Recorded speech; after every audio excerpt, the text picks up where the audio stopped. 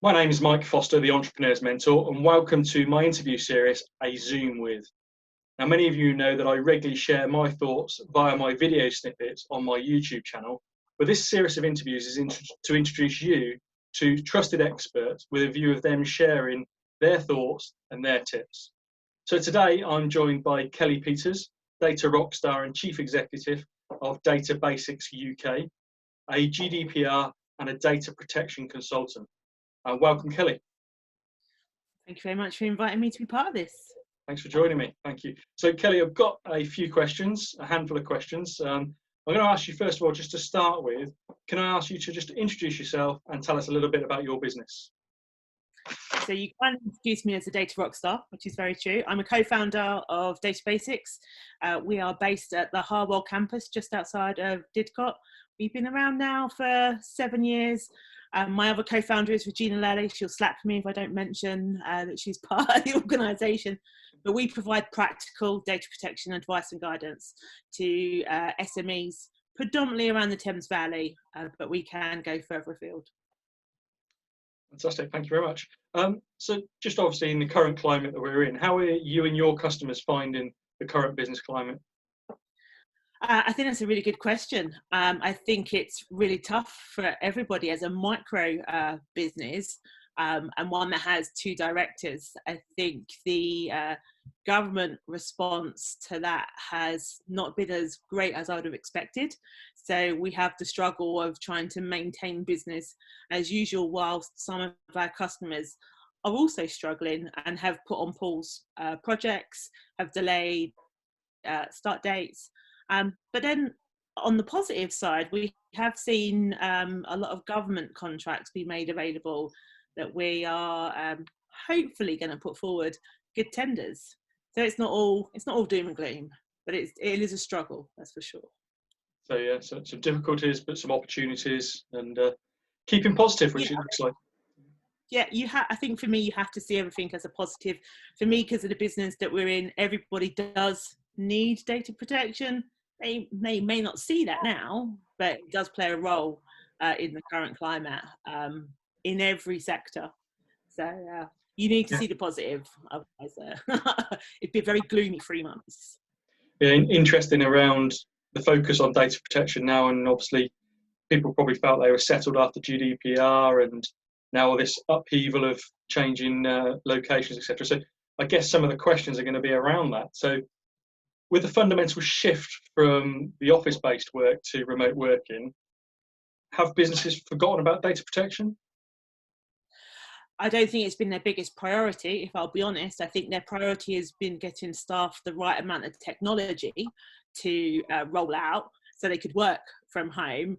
But I think the actual practicalities of what can their staff do and not do whilst they're working from home may not have been top of their agenda, to be honest. And I think they are more likely to be more vulnerable now because they can't see all of their stuff. And I think a lot of the compliance folk that I work with like a little bit of control, and I feel they're probably feeling a little bit nervous right now, is that they've got a remote workforce which is supporting the business, but from a compliance perspective, it's a little bit risky in terms of being reassured that everyone is following policies that they introduced maybe 2 years ago when the GDPR was launched.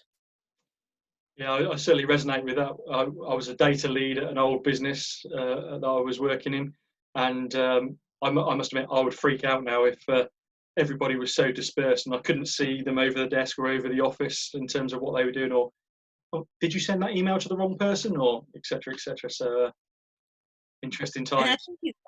I definitely think it's easy to kind of, I don't think it's a deliberate hiding that something's gone wrong, but I think it's easier to do that. Oops, oh, there's no one here to see the fact I've sent that email.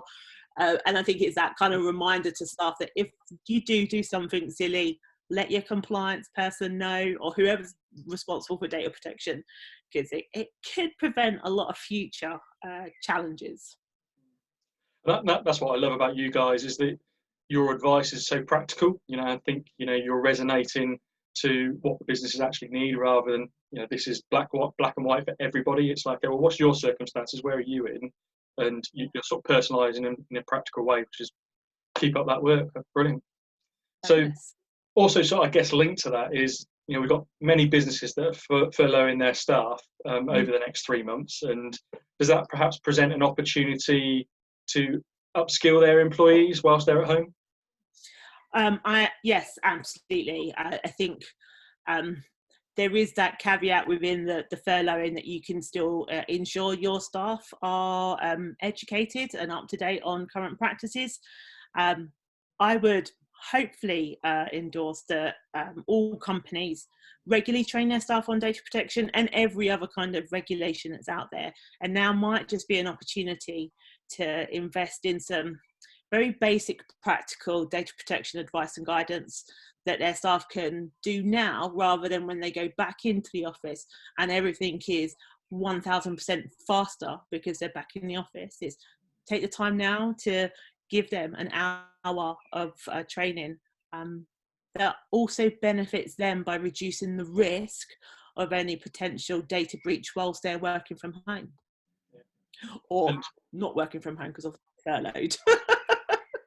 Yeah, and the government have announced that you can continue to train, haven't they, in terms of even though you're furloughed? Yeah, and for us as a small business, that's actually a really reassuring statement, because a lot of what we do is education and, like you said, the practical steps. So if we can still provide that level of training to individuals whilst they are at home in this furlough, then I would like to see people take that opportunity. You've got an online training course around data protection as well. Do you want to tell us a little bit about that whilst we're talking about that moment? For sure. So we have a GDPR for Business online course. It takes roughly 90 minutes to complete. You do get a certificate at the end of it. Everyone likes a nice certificate to prove that they've done it. And essentially it goes through the very basics of everything that we believe that as an individual, you should know what you should be following. We've had quite a few people go through it and they're quite happy in terms of how it's presented in a practical way. And then there are some hints and tips at the end in terms of how you actually apply it in your everyday life. And if it's okay, I'll just add that we normally do in-house training as well, and we've taken that online as well in the next 3 months. So where people would rather have this kind of face-to-face interaction, we can, through webinar software, deliver face-to-face training with groups that's a bit more interactive, because not everybody resonates with an online training course. So some people like interaction. Fantastic.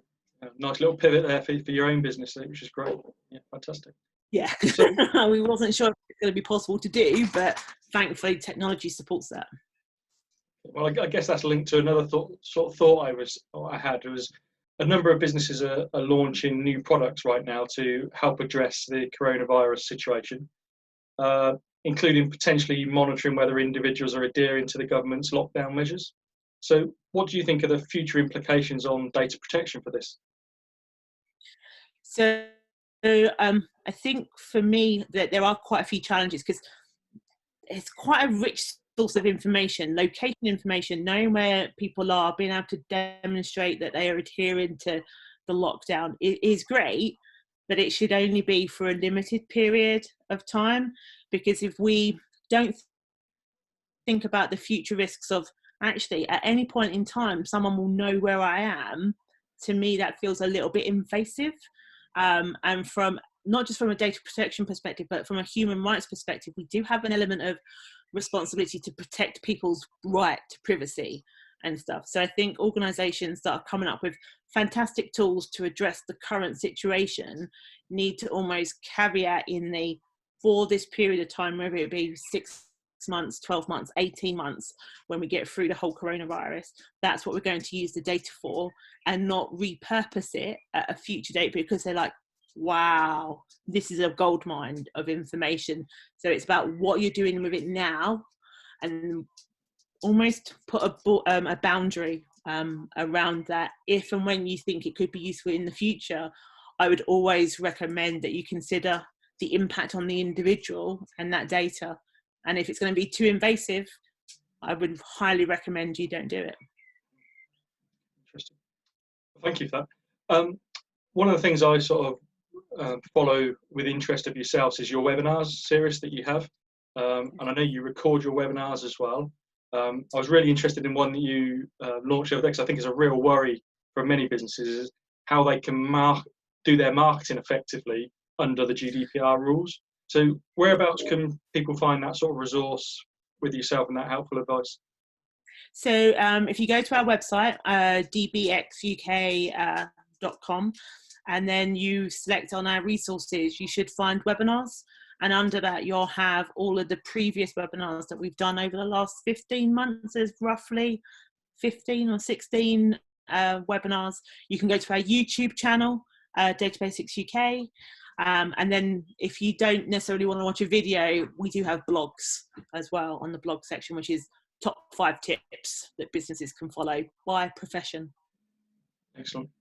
Yeah, some really good content there, and I'd certainly recommend sort of taking a look at that, following these guys online, and like I say, really practical about how you apply a little bit of law, I guess, from that side of it. So keep up the good work. Thank you, Kelly. Thank you for your time and for sharing some thoughts with us today. Much appreciated. Thank you. Please subscribe to my YouTube channel, and you'll get notified each time I publish one of these new interviews, these Zoom withs. And hopefully I'll see you next time for a Zoom with whoever's next.